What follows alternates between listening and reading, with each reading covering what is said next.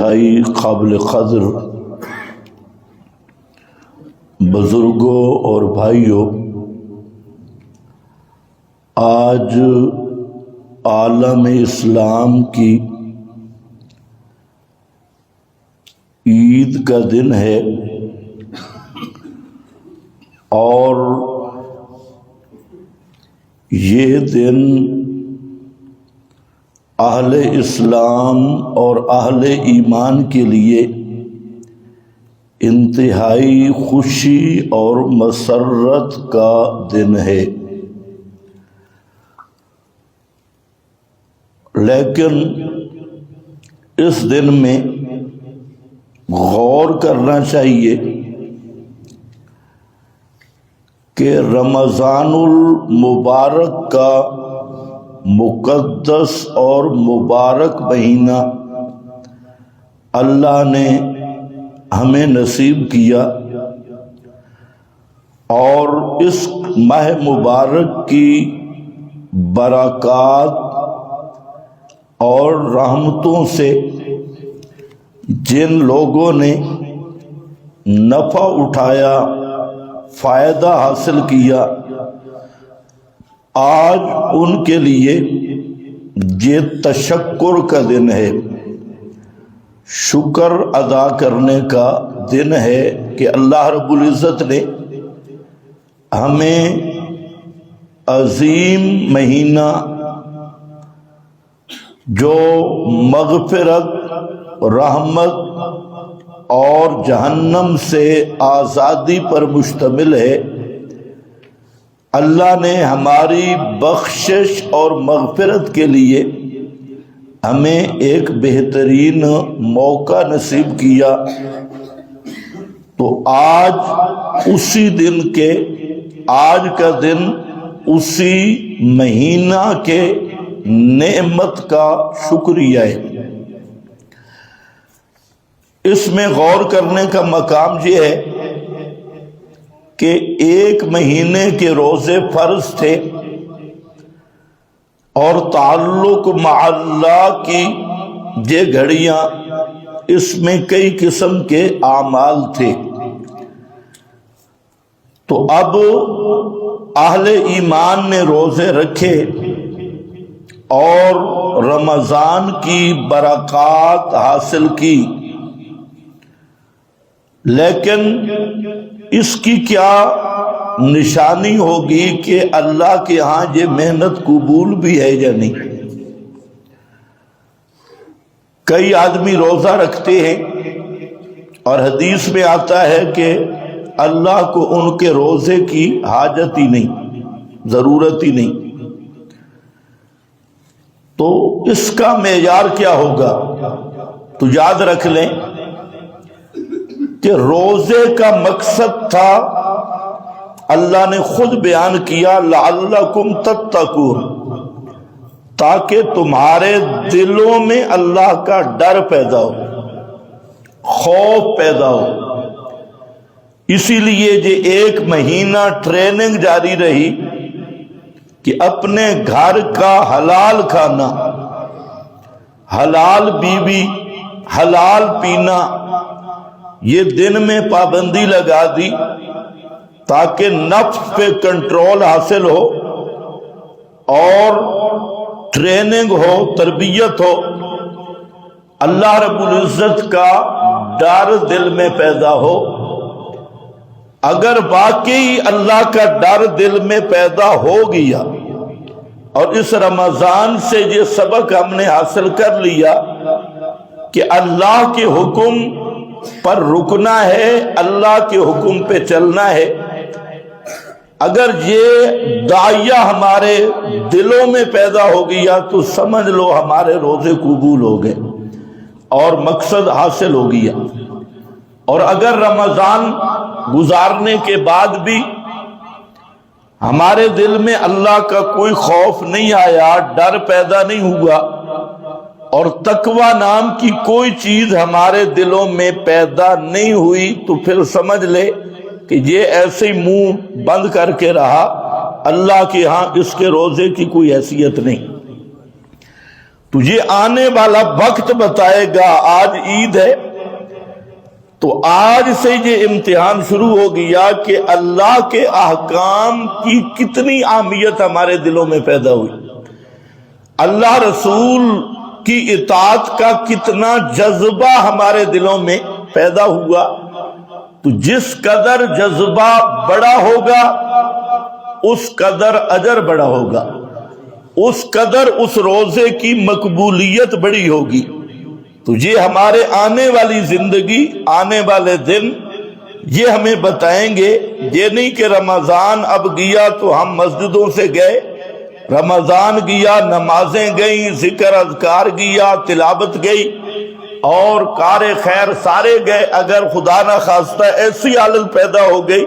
تو پھر سمجھو رمضان نے تمہیں کوئی نفع نہیں دیا اور تم نے رمضان سے کوئی چیز حاصل نہیں کی۔ حاصل کی ہے تو ایک ہی چیز تھی اور وہ تھا اللہ کا ڈر اور تقوی۔ جب اللہ کا ڈر آدمی کے دل میں آ جائے، اور اللہ کے ڈر کا مطلب ہے اللہ کی محبت آئے، اللہ تعالیٰ کے عذاب سے ڈرنا، اور قیامت کے دن اللہ کے سامنے حاضری، اس کا استحضار ہو نصیب ہو گیا، تو سمجھو رمضان کی آپ نے برکتیں حاصل کر لی۔ پھر یہ رمضان ایک نمونہ تھا، ایک مہینہ تک آپ نے صرف دن کے اوقات میں کھانے پینے سے اور ازدواجی تعلق سے اجتناب کیا، یہ سمجھ کے کہ یہ اللہ کا حکم ہے۔ ایک مہینہ گزر گیا، آج جن لوگوں نے اس پہ عمل کیا تو آج ان کی عید ہے، آج خوشی کا دن ہے۔ تو اسی طرح یاد رکھ لو یہ تمہاری زندگی بھی ایسی گزر رہی ہے۔ اگر پوری زندگی اپنے آپ کو اللہ کے احکام کا پابند بنا کے رہیں گے تو یہ تھوڑی سی زندگی ہے۔ مہینہ کل آ رہا تھا، آج چلا گیا، تو یہی زندگی بھی تھوڑی سی ہے، آج ہے کل نہیں ہوگی، اور کب دنیا سے چلا جائے کوئی پتہ نہیں ہے۔ تو اگر آدمی اسی روزے سے سبق حاصل کر کے اپنے آپ کو پابند کر لے اللہ اور اس کے رسول کے حکم کا اور تابعداری کا سچا تابعدار بن جائے، تو پھر اس کی موت بھی اس کے لیے عید ہوگی، اور اس کا قیامت کے دن زندہ ہونا بھی اس کے لیے عید ہوگا، حشر بھی اس کے لیے عید ہوگا، اور ہمیشہ ہمیشہ کے لیے اس کے لیے عید ہوگی۔ اور اگر خدا نہ خواستہ دنیا کی زندگی اللہ رسول سے کٹ کے گزار گیا، بغاوت میں گزار گیا، اپنی مرضی کے مطابق گزار گیا، اور خواہش نفس کا بندہ بن کے رہا، تو آج جیسے اس آدمی کو احساس ہوگا جس نے روزے نہیں رکھے اور رمضان کی برکات حاصل نہیں کی، اس کے دل کے اندر عید کی رونق نہیں ہوگی۔ سچی رونق اور صحیح رونق عید کی خوشی اس کے دل میں ہوگی جس نے رمضان کی برکات حاصل کی ہے۔ اور یہ مصنوعی خوشیاں، جب بناوٹی تصنع والی خوشیاں، اس سے دل کو سکون نہیں ملتا۔ دل مطمئن ہوتا ہے تو حقیقی خوشی سے ہوتا ہے۔ پھر جب مومن آدمی اسی طرح روزے رکھ کے گزار جائے، روزہ رکھ کے، روزے کا مطلب آپ سمجھ گئے، اللہ کے حکم کا پابند ہو کے تھوڑی سی دنیا کی زندگی گزارے، تو پھر ساری دنیا رو رہی ہوتی ہے اور یہ دنیا سے چل رہا ہوتا ہے، اور جس دن یہ دنیا سے چل رہا ہوتا ہے اس دن بھی اس کی عید ہوتی ہے۔ رونے والے روتے ہیں لیکن یہ ہنستا جا رہا ہوتا ہے، اور پہلی بشارت ملتی ہے، یا ایتھا النفس المطمئنہ ارجعی الی ربک راضیۃ مرضیہ۔ اس کو تھوڑا سیٹ کر، یا ایتھا النفس المطمئنہ، آپ اسی سے اندازہ کر لیں کہ دنیا سے جا رہا ہے، رشتہ دار رو رہے ہیں، قریبی رشتہ دار پریشان ہیں، لیکن جب فرشتے روح لینے کے لیے آتے ہیں تو یوں سمجھو اسے عید کی مبارک دے رہے، اور جب فرشتوں کی وہ کلام سنتا ہے، ادھر دنیا سے سننا ختم ہوتا ہے، دنیا سے وہ بے خبر ہوتا ہے، اور اوپر سے پیغام آتا ہے یا ایتھا النفس المطمئنہ، اے مطمئن روح۔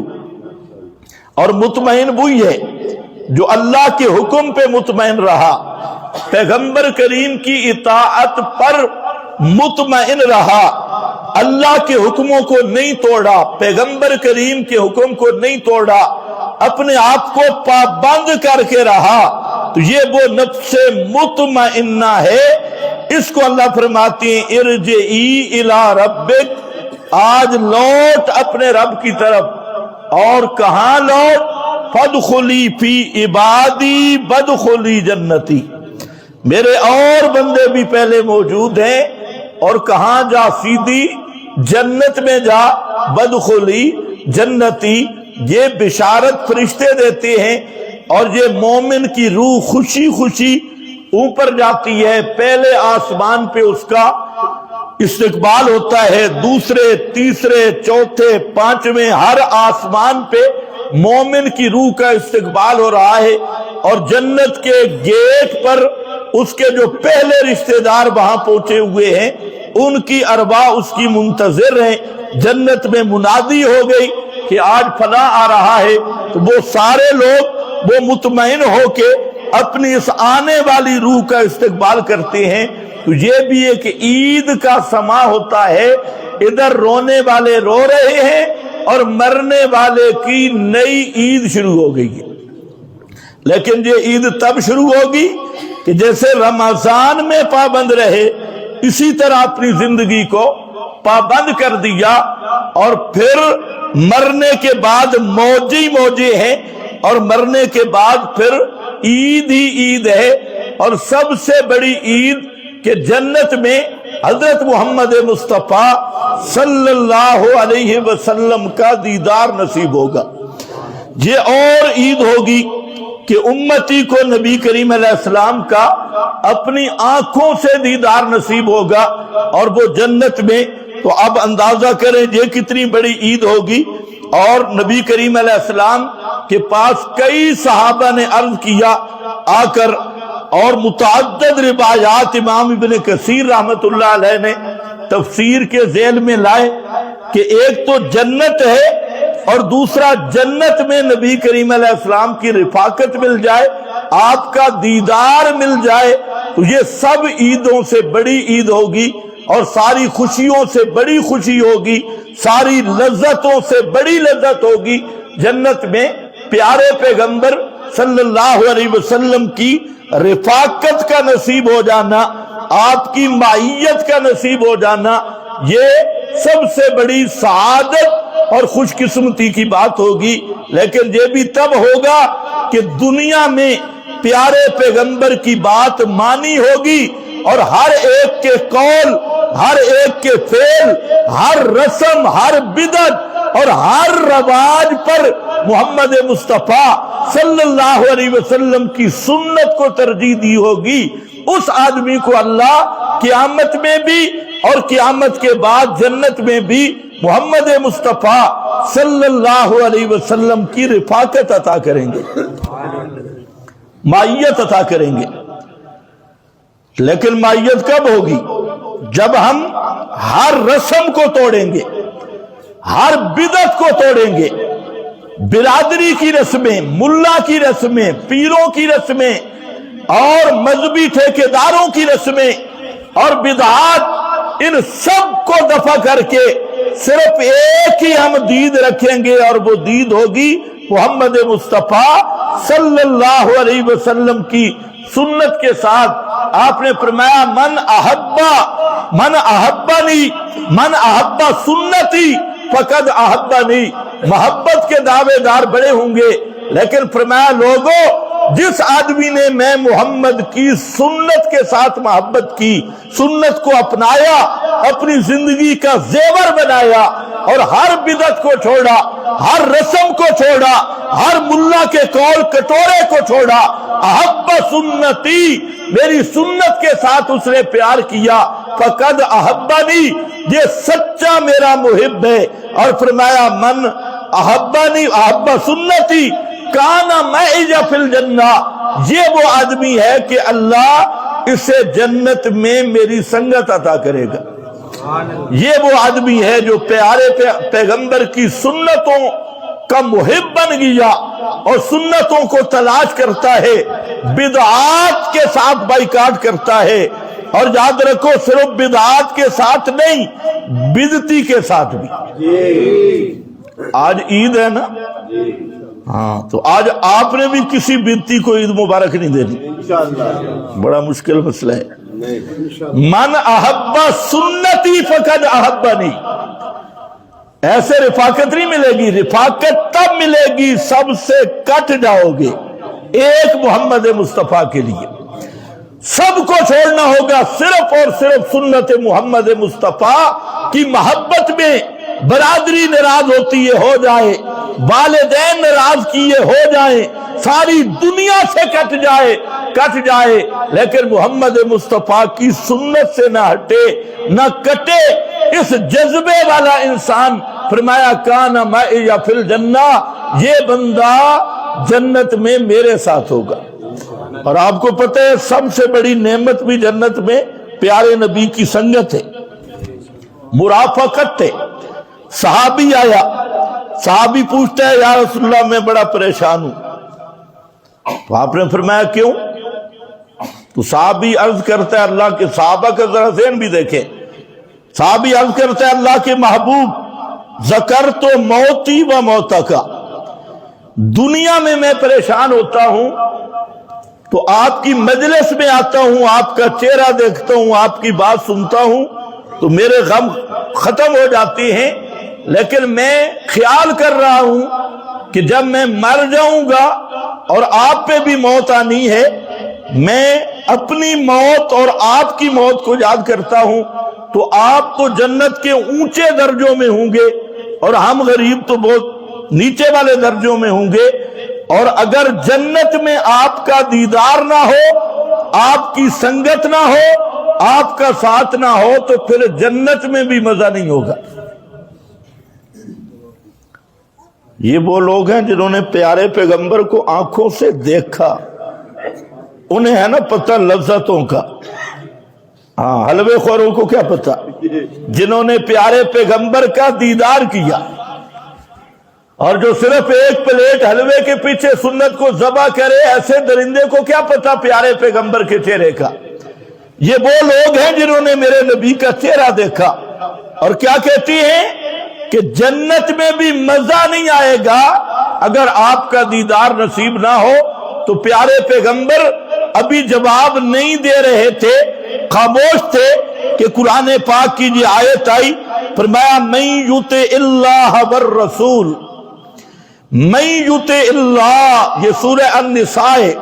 آیت نمبر 69، گھروں میں جا کے دیکھنا، من یطع اللہ، جس آدمی نے اللہ کی بات مانی، والرسول، اور رسول کی بات مانی، اللہ کی اطاعت کی، رسول اللہ کی اطاعت کی، فرمایا یہ لوگ فَأُولَئِكَ مَعَ الَّذِينَ